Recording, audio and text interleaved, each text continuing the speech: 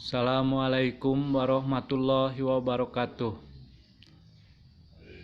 Para siswa yang saya cintai, mari kita lanjutkan pembelajaran biologi ya, kelas 10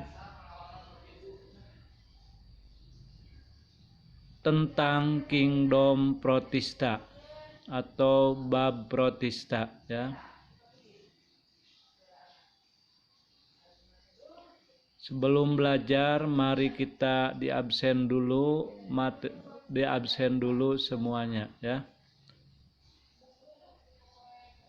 Setelah pengabsenan, mari kita berdoa agar pelajaran kita belajar dengan sukses, berhasil dengan membaca doa. Mulai. Berdoa selesai ya. Setelah kita membahas materi bab bakteri, ya, bahwa bakteri itu termasuk ke dalam hewan yang uniseluler yang memiliki terdiri dari satu sel. Mari kita memahami prinsip pengelompokan makhluk hidup ya. Kita menyajikan ciri-ciri umum filum Kingdom Protista serta peranannya bagi kehidupan manusia ya. Yang akan dibahas di sini adalah ciri-ciri protista berdasarkan pengamatan, kemudian menunjukkan ciri-ciri umum filum dalam Kingdom Protista, mengenal protista berdasarkan ciri morfologinya, dan memberikan contoh peranan protista bagi kehidupan.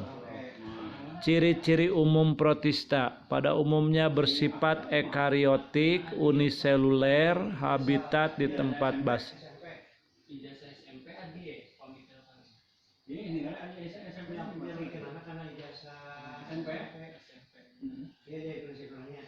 Kemudian mirip hewan protozoa, ciri umum bersifat uniseluler, ekariotik, tanpa selulosa, kemudian umumnya memiliki alat gerak ya.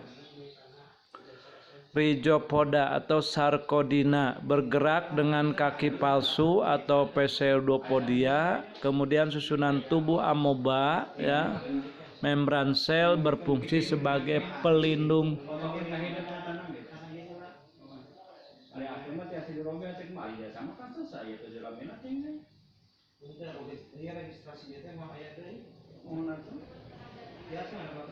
Nah, inilah struktur daripada bab protista, konjugasi, reproduksi, pembelahan biner secara vegetatif, macam ciliata, kemudian flagellata bergerak dengan bulu cambuk ya, kemudian sporozoa, protozoa yang tidak memiliki alat gerak, macam-macam plasmodium, ada plasmodium pipak, plasmodium malaria, plasmodium falciparum ya.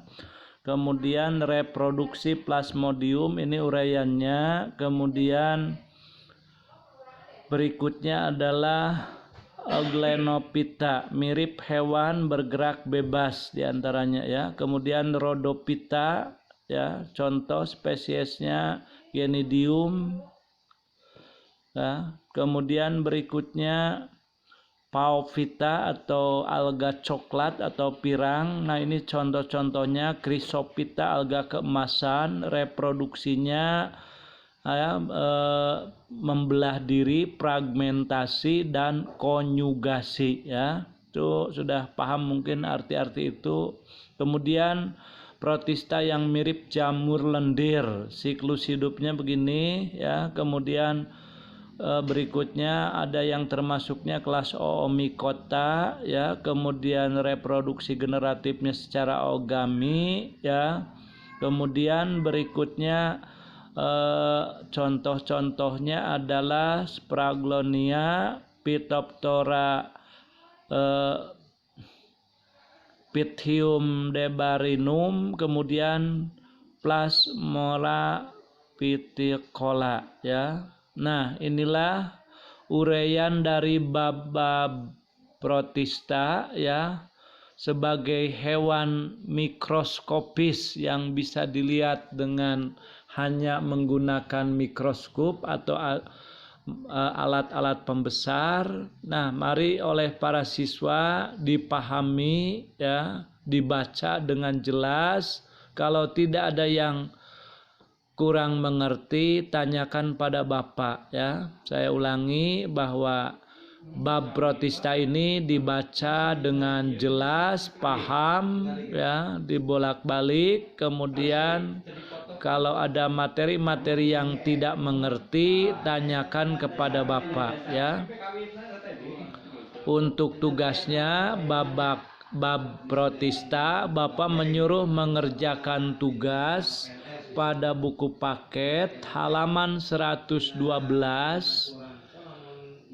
soal-soal uji kompetisi dari nomor 1 sampai nomor 20 pilihan ganda ya. Itu tugas yang pertama.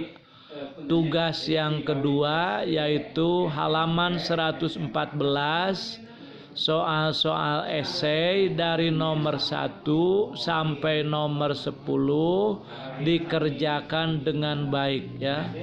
Mengapa Bapak sebagai guru biologi memberikan tugas yang sangat banyak kepada siswa, sebanyak kurang lebih 30 soal? Bapak sengaja supaya siswa menjadi paham, mengerti, menjadi sukses dalam belajar biologi untuk masa depan yang akan datang. Sekian pembelajaran dari Bapak dan semoga tugasnya dikerjakan dengan baik. Soal-soal uji kompetisi nomor 1 sampai nomor 20 pilihan ganda halaman 112, bagian 2-nya dari nomor 1 sampai nomor 10 isian atau esai, kemudian dikerjakan dengan baik. Setelah dikerjakan dengan baik, dikumpulkan akan dinilai oleh Bapak. Sekian pembelajaran dari biologi kelas 10. Wassalamualaikum warahmatullahi wabarakatuh. Dengan akte kartu keluarga ya, saya mau kerja bisa KTP tak sesuai. Eta mah akte gampil ngadamel itunya. Waktu sana teh gini bari rahawa pas teh gini.